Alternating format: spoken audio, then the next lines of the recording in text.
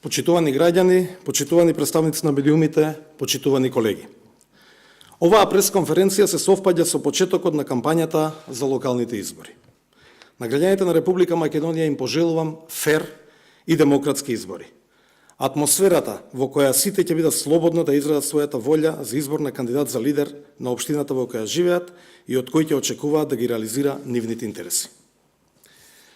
На почетокот на ово обраќање ќе потсетам на активностите и мерките што ги донесе владата во изминативе 100 дена за да се обезбедат услови за фер избори со еднаква стартна позиција на сите партии што тргнуваат во изборниот процес, и за власта и за опозицијата.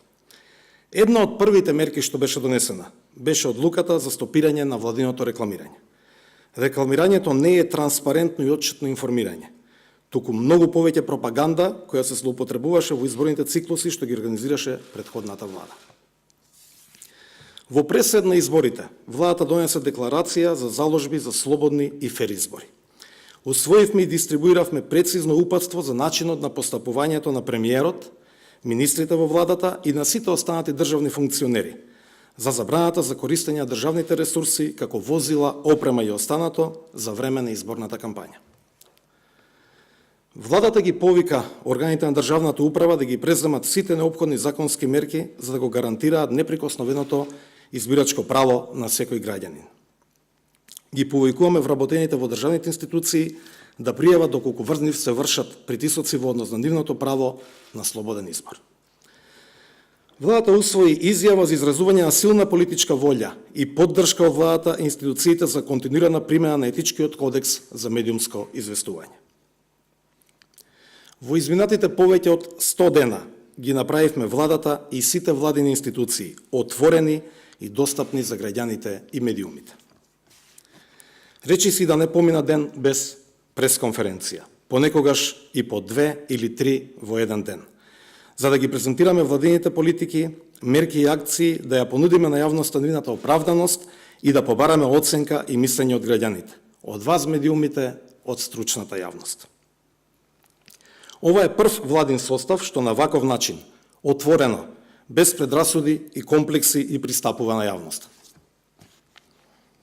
За таа цел беше неопходно да формираме професионален сектор за комуникации како сервис за граѓаните, на новинарите и медиумите. Започна и реализацијата на уште едно ветување, редовно објавување на дневниот ред и записниците од седниците на владата, како и одржување на неделни брифинзи со новинари и уредници после секоја седница на владата.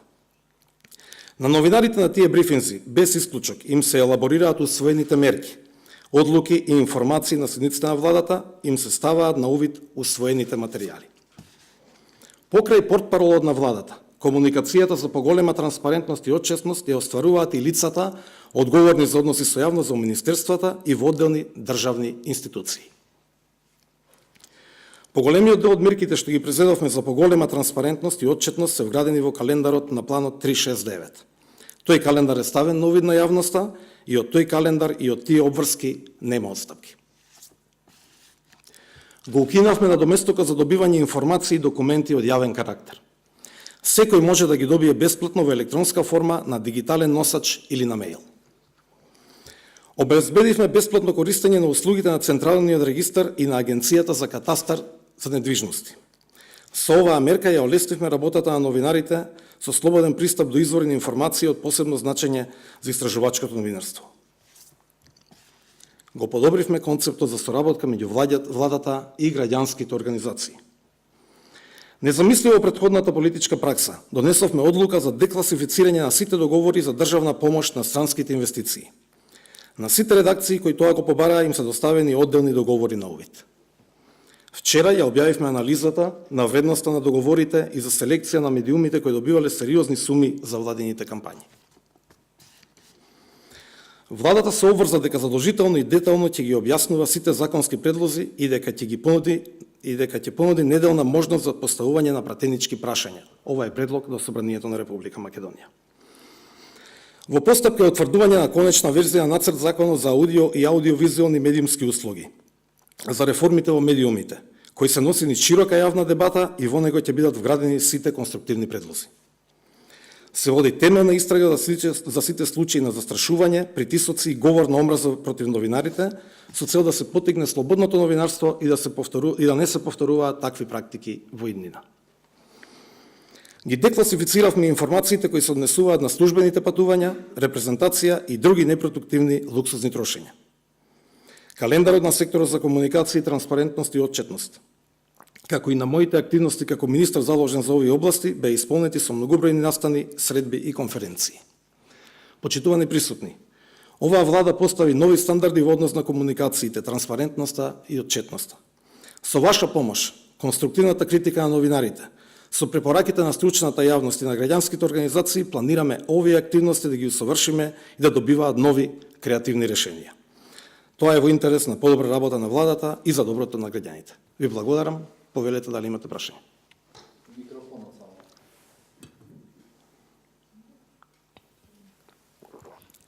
Здраво, Ферика Илијази од телевизија Шења.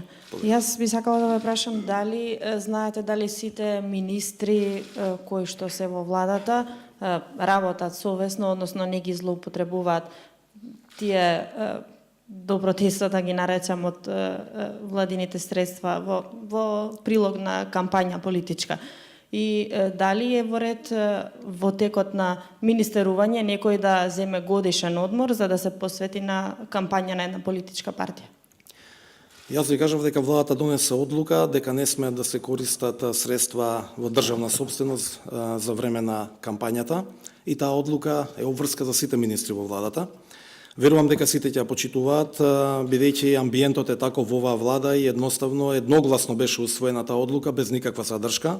Дополнително, се што е во рамки на законот, секој има право да користи, но исто така се што е во рамки на законот не смее да биде злоупотребено. Што значи дека надвор од работното време или во периоди на кампања може да се користат и слободни денови, но никако не смее да се спојат партиските и државните активности. Тоа е недозволиво. Владко Чаловски од Нова порталот.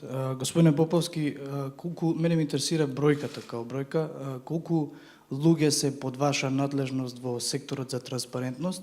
Тоа е едно прашање, а друго прашање е бидејќи досега во јавноста за неколку имиња кои што владата ги ангажираше како индивидуалци на различни места имаше бурни реакции, а секторот за транспарентност не излезе ниту еднаш. Зошто е тоа така? Например, со што не излезе? За одредени имиња. Сада, ако сакате имињата се... Па да, би било добро да спомнете, например... Добро, имаше реакции за Дарко Лешовски, например. Имаше реакции за Замир Мехмети и ред други. Иако ова не е ви одговорам прво на првото прашање, дали може така? За кој што прашувам. Да. Благодарам, ќе ви одговорам прво на првото прашање. Значи, во овој момент, во секторот или сервисот за комуникација на владата има 33 лица вработени, поточно ангажирани со авторски договор. Тоа е таа вкупна бројка и во секое поединечно министерство има дополнителен број на лица што се ангажирани од ресорното министерство. Што се однесува до ова што како второ го поставивте како прашање. Станува збор за личности кои што се професионалци, докажани во својата дејност на делување и мене многу ме радува што има широка јавна дебата. Допред 100 дена во Македонија клучна тема беше кој кого може би ќе го пресретне некаде, ќе има напади, закани за убиства и така натаму во периодот на паѓањето и на финалните денови на минатата власт. Сега главна тема во Република Македонија пред 2 месеца на социјалните мрежи беше, ми се чини 6-7 дена, беше дали Дарко Лешовски ќе биде член на управниот одбор на Струшките вечери на поезијата. Погледнете таа разлика, погледнете таа слобода на говор, тоа е демократијата што ја донесе оваа влада, таа демократија што ја посакувавме сите. А инаку, непријатно и нелогично е систем владин да застане во одбрана или во заштита на личностите. Доколку има сериозни напади преку определена личност врз владиното функционирање, тогаш владата има обврска тоа да го направи. Но доколку станува збор за дебата, дебатата ни е потребна. Тука сме сите да дебатираме, да разговараме и отворено да ги споделиме мислењата. И тоа е добре дојдено и тоа е добро така да продолжи. Меѓутоа велам, погледнете за што се дебатира. Сосем се смени амбиентот во Република Македонија и тоа е клучната придобивка од оваа влада, она што ќе помогне да имаме фери демократски избори овој пат.